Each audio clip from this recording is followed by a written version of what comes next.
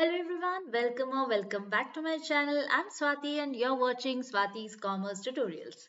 Well, we were doing a series on NTA UGC NET Commerce where I have started the first unit of your NTA UGC NET Commerce, that is your business environment and international business.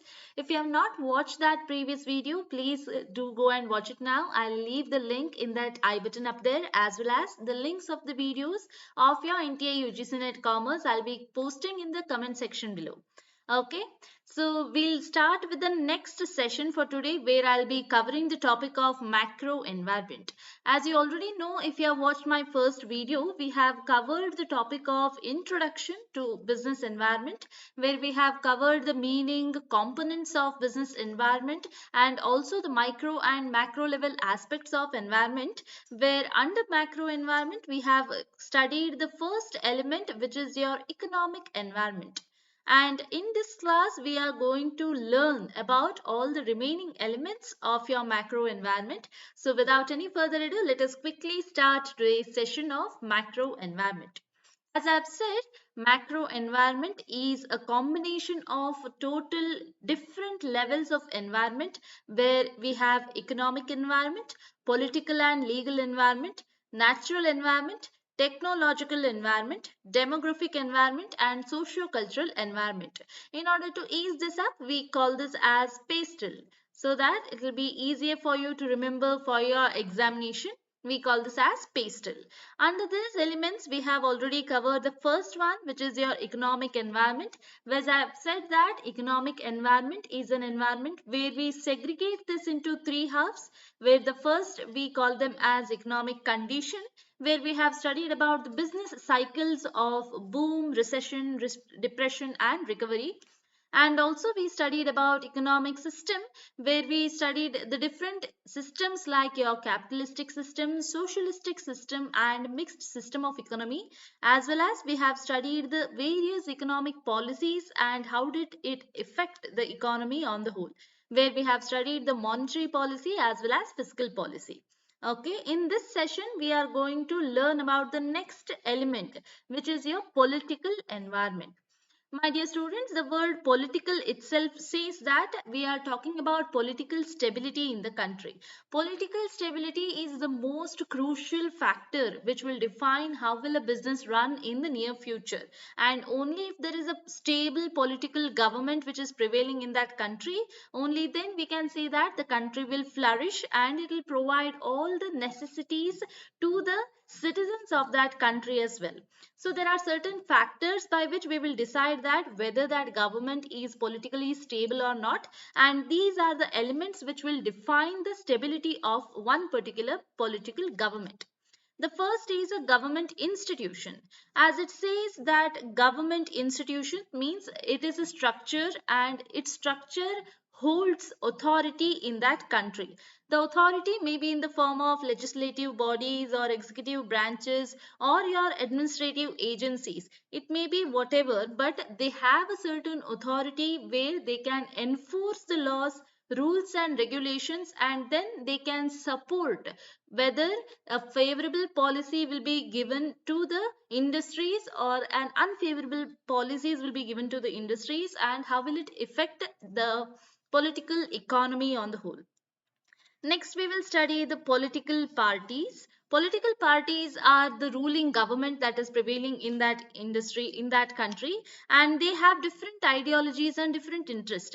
What happens is, because due to the election, the political parties keeps on changing. At that time, what happens is it leads to change in the policies and practices as well. So when the government changes due to the election, the business also gets affected, because due to this they have to navigate and they have to reschedule all their policies and frameworks as per the policies which is set up by the new government as well. So that is why an economy gets affected by the political environment as well. Next, we'll study about national sovereignty. National sovereignty is where a country is independent of framing its own rules and regulations, and it can control its own affairs. And that is why business must not only respect the national boundaries, and it also should respect the national laws, and they have to abide by them while they are conducting the business in their own country. Without which, if they will not abide by the rules and regulations and they will go against these rules, at that time what will happen is penalties will be imposed against them, and then they will not be in a position to run their business for a longer run in that particular country. Next, we have regulatory laws. Now, how will regulatory laws affect the business? Because regulatory laws are including various other laws like your labor practices, the product safety standards, environmental impact, and all these should be having in compliance with the activities of the business.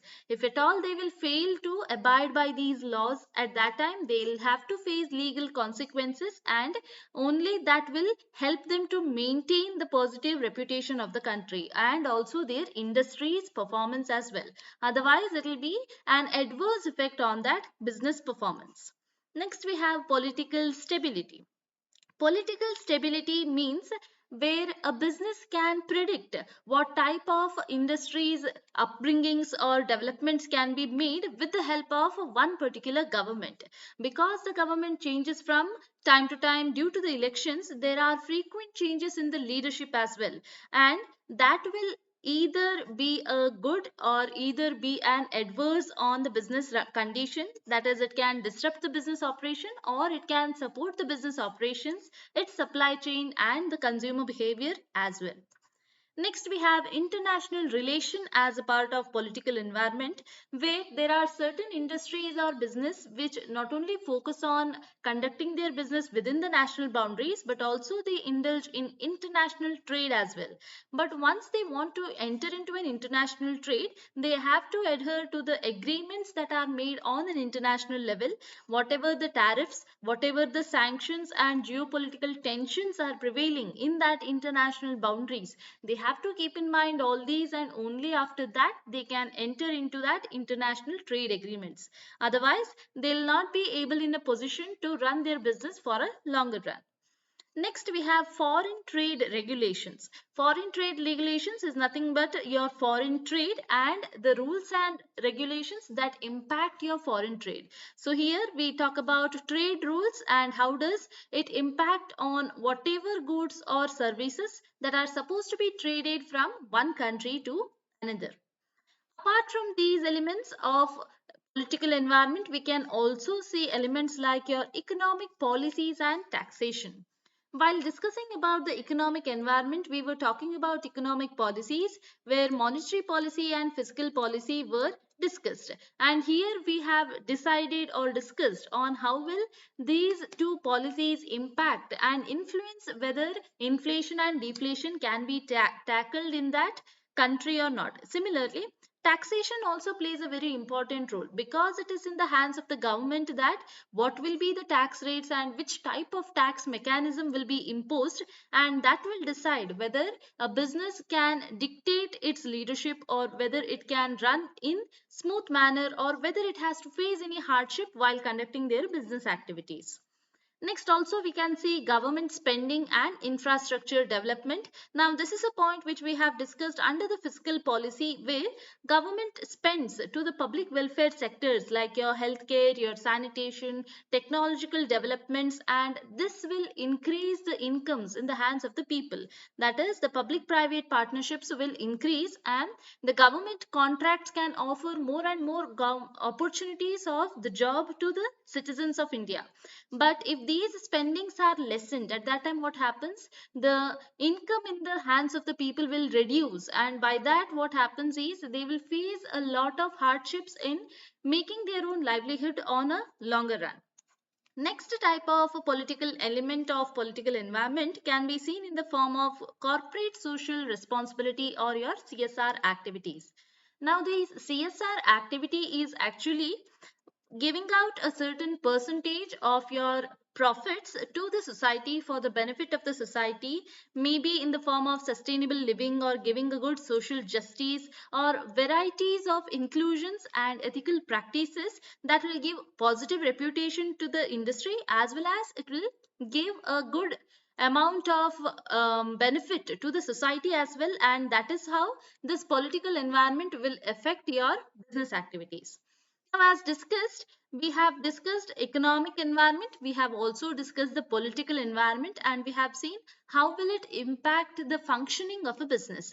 The next particular environment we are going to discuss here is a legal environment.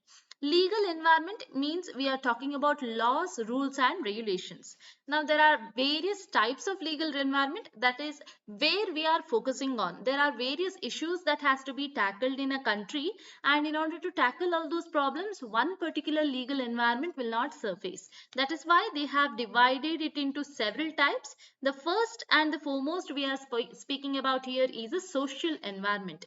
Social environment means what, my dear students? Social means we are talking about the society. So wherever you see any social issues that has been raised, that may be in the form of environmental protection, that may be in the form of discrimination, or in the form of discrimination of your human rights, wherever the society gets affected, at that time one particular law that helps in strengthening all these issues and tackling all these issues, that is known as a social environment.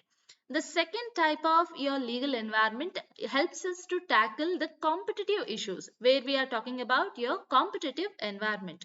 Competitive environment gives out the rules and regulations where we will try to avoid unethical acts, like whether you're including any intellectual property, or whether you're speaking about leaking out any trade secrets or any antitrust laws. In order to avoid all these, we come up with one particular environmental acts, and that frames your rules and regulations to strengthen the business in that industry as well, and that environment is your competitive environment.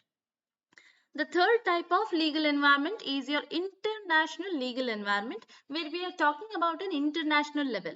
When you are taking out the trade outside the national boundaries and now you are entering into an international level, you have to keep in mind the trade laws, the contractual agreements that has been taken place between two different countries. So now not only the laws of one country, but the laws of two countries are being considered here. So that should have a good communication, and it should have a good relationship with that country as well, in order to carry on a smooth trade activities with them. The fourth type of a legal environment is your regulatory environment, where we are talking about regulatory authorities or government agencies, like your FCC, which is your Federal Communications Commissions, or your SEC, which is your Security and Exchange Commissions, which are your regulatory bodies, and they keep in touch, or they keep in record all the rules and regulations which are made for the benefit of the citizens of the country, and they protect the country on the whole. The fifth type of your legal environment is your domestic legal environment, where country being specific, they have to protect the domestic industries as well. So for protecting their own domestic industries or the businesses which are running on a smaller chain, in order to protect them, this type of legal environment gives out the rules and regulations, and it works in three phases. One is in the local phase, one is in the state phase, and other is in the central phase. So these were the five main types of your legal environment. Apart from these, we also have several aspects of your legal environment. We will study all these acts in detail in your unit business law. Okay, business law, one more unit of your NTA UGC NET Commerce, where you'll be getting into touch with all these acts, and what and all these acts have been defined for, and what benefit it will give to the citizens living in that particular country. Now, these are the aspects which are, because it is a law, it is coming under this type of environment, which is your legal environment. The first law here is your Indian Contract Act, where it is an act governing all the contracts that has been taken place between two individuals. Now, why have I mentioned this under legal environment? Because certain times what happens is that there may be MCQs which are framed in your first unit as well, that is your business environment and international business, where they'll be asking you about the year where this particular act has been formed. So that is why I have mentioned it in this slide. The next is your Sale of Goods Act 1930. Next is your Indian Partnership Act of 1932. As we all know, partnership is what? It is a relationship between individuals who have agreed to share not only the profits but also losses of the business, either which is carried on by all or any of them acting for all. Now, how did it emerge? What are the types of partnership? Everything we'll be learning in the second unit of your NTA UGC NET Commerce. Here, just you have to keep in mind the acts as well as the year in which that act has been framed. Okay. Next is your Negotiable Instrument Act, where we will be speaking about checks, promissory notes, bills of exchange, and all the other necessary instruments which will help in circulating the money in this economy, and that has been framed in the year 1881. Then comes your Companies Act of 2013, because it is a reframed act. Earlier it was framed in the year 1956 and it was reframed in the year 2013. The most important act here is your Consumer Protection Act of 1986. Now, this is a very important topic. That is why I'll be discussing this in the first unit, as well as this slide will come up again and I'll explain in detail about this and all the various other acts of your legal environment in your law unit. Okay. Now, Consumer Protection Act, again, it was framed in the year 1986, but it was reframed in the year 2019. Now, why was this act framed? It was framed in order to provide justice to the aggrieved customers. Now, who are aggrieved customers? Say, for example, you have purchased one particular product from a shop and you have not been matched with the quantity or the quality, or you are not satisfied with whatever content, and it has caused any harm by consuming that particular product. You have faced a huge loss, or you have you had to face any loss, or you had to face any damage by using that particular product. At that time, what happens is you are an aggrieved customer. Now, if you are an aggrieved customer, there is a chance which is being given by this Consumer Protection Act, where you can go to the redressal forums and you can plead for your justice and you can file a complaint against that particular product. Now, for this, there are three types of forums here. One is your Consumer Dispute Redressal Commission. The second one is your Central Consumer Protection Authority. We also call it as CCPA. And the third council, which is your Consumer Protection Council. Now, firstly, what we are talking about is your Consumer Dispute Redressal Forum. This is the first cell where customers will go and they will plead for their justice. But again, this particular Consumer Dispute Redressal Forums comes under three phases. One is your District Redressal Forum, second is your State Redressal Forum, and the third one is your National or Central Redressal Forum. Now, there are certain limits for the amount of that particular product, and if at all that amount satisfies all the conditions, only then you can file a complaint against these particular products in these redressal forums. Now, the first and the foremost redressal forum is your dispute redressal forum, which is at the district level.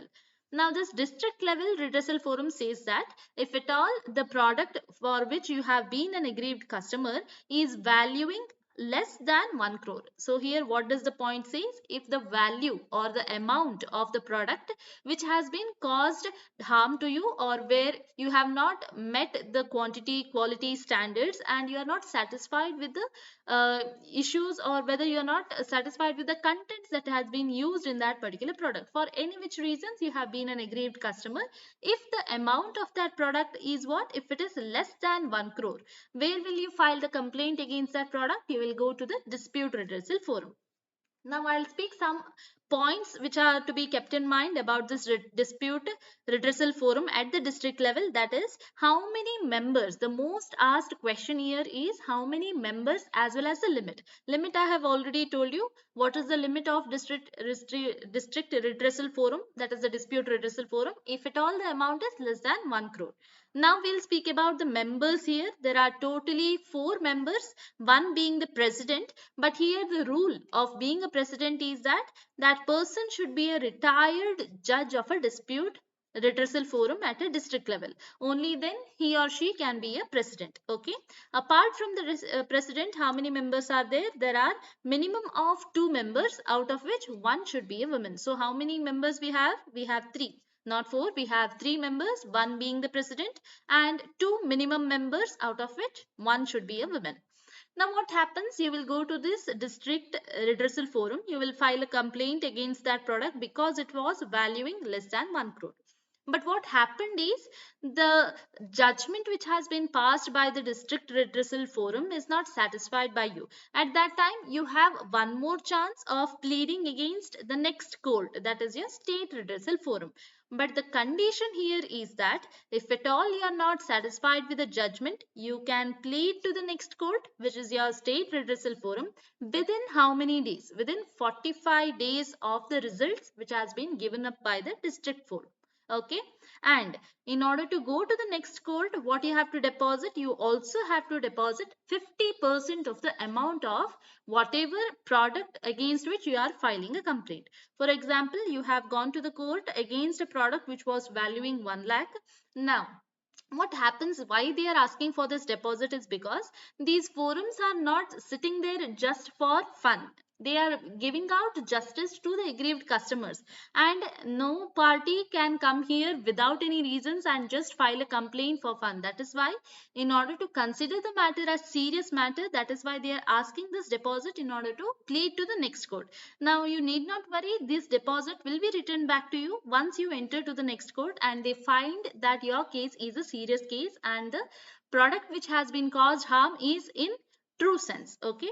So now what happens? You have entered to the state redressal forum from the district redressal forum. But if at all you have not come from the district redressal forum and you want to directly enter to the state redressal forum, what are the limits here? The limits here is that if the value of the product against which you are pleading for the court is more than 1 crore, if it is less than 1 crore, where will you go? You will go for the district redressal forum. But if it is more than 1 crore and if it is less than 10 crore, at that time directly you will come to the second court. You will not go to the district, you will come to the state redressal forum. Okay, now that is the limit. Again, you have 4 members here. Under district we had 3. Here you have 4 members, one being the president, and minimum of 4 members, out of which one will be a woman. Okay. Now, who will be the president here? That president should be a retired judge of the High Court. Okay, the president should be a retired judge of the High Court. Only then he or she can be a president of your state redressal forum. Now again, you have gone to the court for pleading against one particular product which has caused harm to you. But again, whatever the judgment has been passed by this state redressal forum is not satisfied by you. You have one more chance to move out to the next court, which is your national or central redressal forum. But again, the rules remain same. You can go to the next court only by paying 50% of the deposit of your aggrieved product or the product against which you have pleaded for against the court. And within how many days can you file the complaint against the next court? Within 30 days. These are all the points which you have to keep in mind before entering your examination hall, because these are the small points where your MCQs can be framed. Okay. Now the next court we have come, which is your national or central redressal forum. But if you have to enter this court directly, what should be the amount? The amount of the product should exceed 10 crore limit. Now all these limits I have been telling you which was reframed. The earlier limits are different, so please keep in mind which limits is that question asking about. So if at all the state Consumer Protection Act 1986, at that time the limits will be different. Here it is less than 50 lakh to 1 crore and 10 crore. Okay. Those are the limits. But if we are talking about 2019, these are the limits which I have mentioned now. Okay. National or central redressal forum. If at all the amount of the product against which you have pleaded is more than 10 crore, go to the national court. Or if you are not satisfied with the judgment of the state redressal forum, again you can go to the national redressal forum. Now, how many members should be there here? There should be one member, that is the president, who should be retired judge of the Supreme Court, and minimum of 4 members, out of which one should be a woman. Now again the same, if you are not satisfied with the judgment again given by this National Redressal Forum, the last chance you have is that you can enter to the Supreme Court, and that will be your final judgment, against which you cannot plead against it, and you can not go to the next court, because Supreme Court is the highest level court, and whatever judgment has been given by this Supreme Court, you have to abide by it. So these were the three redressal forums where consumers can go and plead for their cases. Apart from this, there is also one authority known as Central Consumer Protection Authority. Now, this is an authority, this is an investigation authority, first of all, and it conducts the investigation on its own. The consumers need not come here, they are conducting their investigations on their own, and they are finding wherever unethical practices, unethical trade practices, or improper trade practices are being made. Like sometimes what happens is they display certain advertisements which are causing harm to the general public. At that time, they will impose penalties and they will put a ban on all these products and services. So it is an investigation authority where it keeps on checking on these unethical practices, and it either penalizes them or either bans those products and services. This is again for the benefit of the consumers. And the last council which we are talking about under this Consumer Protection Act of 1986, or reframed in the year 2019, is your Consumer Protection Council, which we call it as CPC. Again, under the Redressal Commission, we had three cells. Here also we have three cells. One is Central CPC, State CPC, and your District CPC. Central CPC, where you have a chairman. This is an important point because it has come for your NTA UGC NET Commerce examinations. Who is the chairman of your Central, State, or District CPC will be asked most of the times. So, chairman of the Central CPC will always be your minister in charge of consumer affairs, which will be in the national level, that is a central government. And how many meetings will be done in the central CPC? It will be done once in a year. That means once every year.